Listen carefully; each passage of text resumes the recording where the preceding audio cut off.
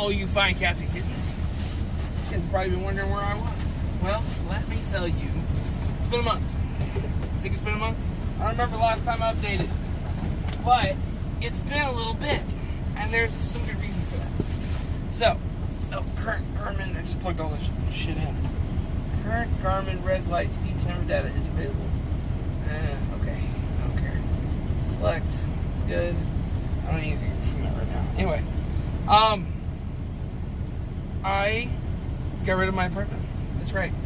And all this month has been me kind of focusing on trying to make that happen.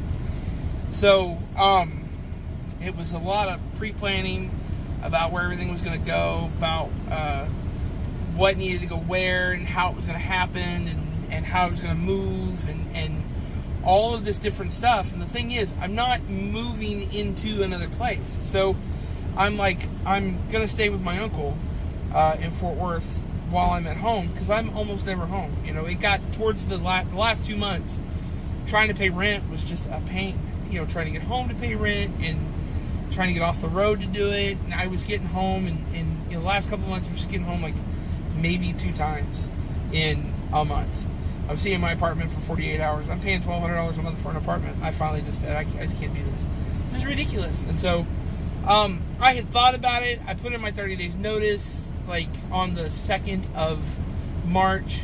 You know, I went through the whole rigmarole, you know, and then every minute of every day for the last month has been on 2 things. One has been on my taxes, because I've been trying to get my taxes done, and I have to itemize everything. And I ended up having to go back and get a printout of I 3 checking accounts. I had to get a printout of 3 checking accounts and go through and itemize like what was what, you know, and what was spent where. And I have 3 checking accounts because I have a system, and I'm not going to tell you how my system works, but if I see you in person, I'll tell you my system. But it gives me security, and I don't have to rely on somebody else to do it.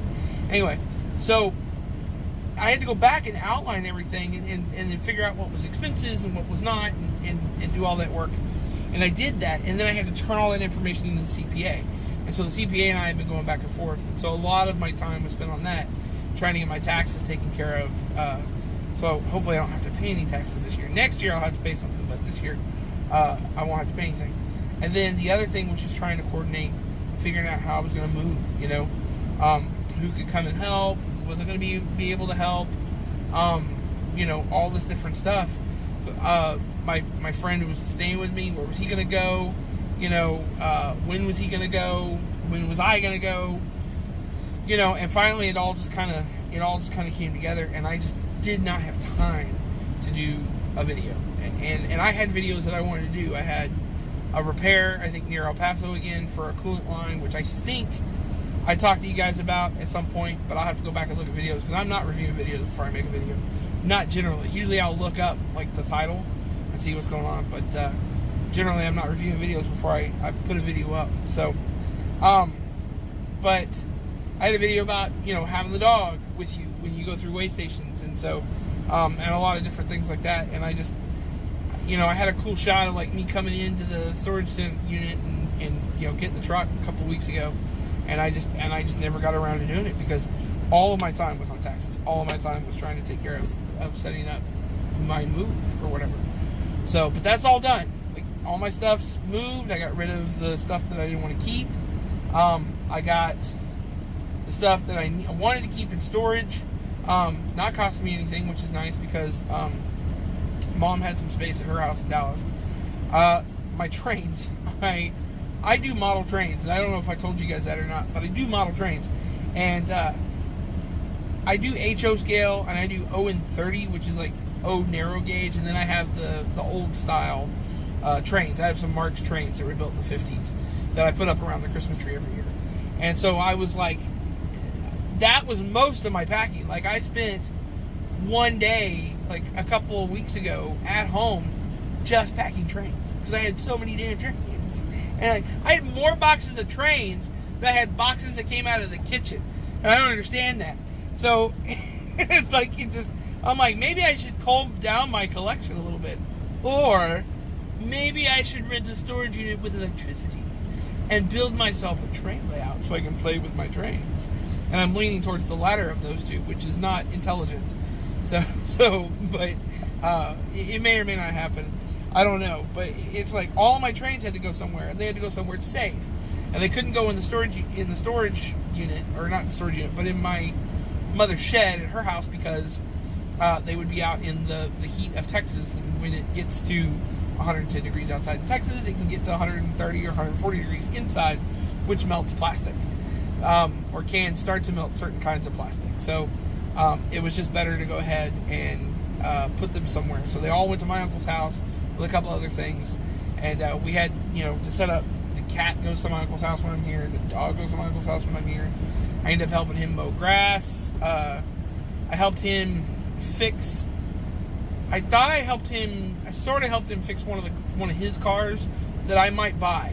So I've got my really nice blue Caprice that I really like and everything, but it's within 400 miles of turning 200,000 miles. And that's a lot on the motor that's on it. And plus, it's kind of a rare car. It's a B4U. So if you look it up, go Chevrolet Caprice B, the letter B, 4U, and just look it up, and you'll find it's a B4U car, and it needs a restoration. But he's got this kind of cool little. It's a Mercedes C280 from like '94, and it was like the first year of this body style or something. And it's not really like flashy. It doesn't have like nice curves or anything. It's just there. It's very utilitarian looking. And Mercedes has always been kind of utilitarian looking to me. And but it's got like this straight six, and it'll go like a raped ape. Let me tell you. And I was running it at like 90 one day this last week, and I was like zipping along, and it was nothing. And I opened up the gas cap.